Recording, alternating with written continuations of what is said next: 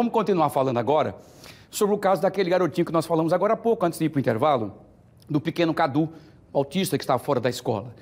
Vale lembrar que a educação inclusiva é um direito inegociável assegurado pela Lei Brasileira de Inclusão. Vamos fazer o seguinte? Eu vou trazer a Maria Maciel ao vivo para que a Maria traga informações e quais as alternativas que a mãe tem para garantir que o filho tenha acesso às aulas. Um direito que não está sendo cumprido, né, Maria? Pois é, Wilson, olha, a lei existe, né? O direito é garantido, mas na prática não é o que a gente vê. E por isso muitas mães, pais, né, seguem numa peregrinação para conseguir que esses filhos tenham acesso à escola, né, tenham as aulas. E é sobre isso que eu converso com o advogado Juliano Pessoa, para saber exatamente as alternativas. Hoje é difícil acreditar numa solução sem ser a judicialização, porque está difícil, né? Boa tarde. Boa tarde, Maria. Boa tarde, Wilson, a quem nos assiste. De fato, Maria, infelizmente essas pessoas terminam não tendo muita saída, né? Administrativamente fica muito difícil de se conseguir, mesmo quando se recorre ao Poder Judiciário, com decisão judicial em mãos, enfrentam ainda obstáculos. Mas a legislação ampara totalmente esse tipo de pessoa que necessita, né, por uma questão de alguma deficiência que o acomete. Então a legislação é clara, desde a Constituição Federal ao Estatuto da Pessoa com Deficiência, a Lei Brasileira de Inclusão, todo esse arcabouço legislativo ampara esse tipo de situação e prevê, inclusive, sanções graves para aquelas pessoas que, por conta desta condição, persistirem em criar obstáculos, ou seja, retardando o processo de inclusão deste aluno, especificamente por conta da sua condição.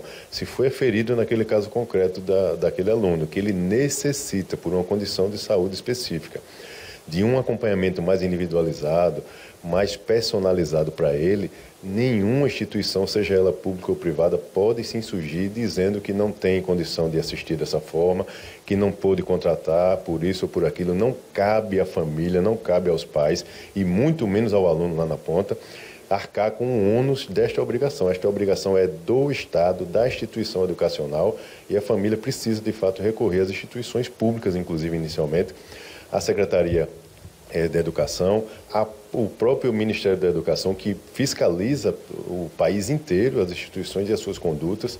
Se for o caso, buscar uma autoridade policial, registrar um boletim de ocorrência, é lei federal prevendo esta ressalva e não está sendo cumprida, tem obstáculo sendo cumprido, e também a autoridade policial pode, de repente, investigar alguma conduta ilícita, abusiva de algum servidor público, por exemplo. Então, ou seja, todas as medidas cabíveis e, por fim, naturalmente, recorrer ao Poder Judiciário, tentando resguardar o direito deste aluno lá na ponta. É ele que é o centro dessa atenção e que precisa ser, de fato, respeitado.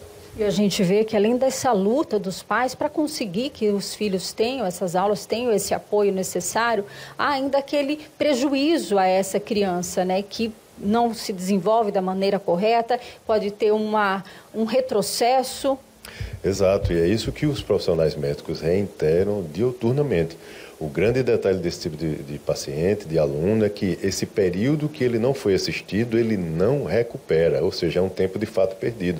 E é isso que, enquanto sociedade, a gente não pode conceber.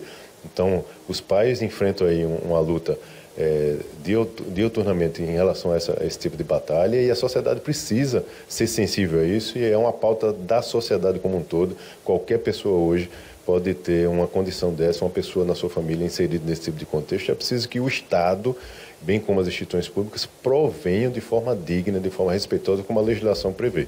Então é importante realmente que as pessoas busquem ajuda de forma rápida. Então, só resumindo passo a passo, teve a negativa, a escola diz que não tem, faz o quê?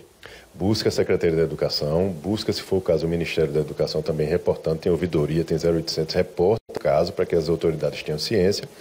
Busca a ajuda de um profissional da área jurídica, seja a Defensoria Pública, o próprio Ministério Público também tem uma forte atuação nesse sentido, Maria, buscando ajuda das instituições públicas, né, estaduais, para poder pressionar aquela instituição a cumprir o que a legislação recomenda. Caso não funcione administrativamente, é sim possível buscar o Poder Judiciário pedindo a decisão liminar, pedindo até, se for o caso, o bloqueio das contas da instituição pós essa decisão, para que a instituição seja forçada a cumprir a sua obrigação, o seu dever, e essa criança naturalmente seja assistida a contento, conforme toda a avaliação técnica que ela se submeteu.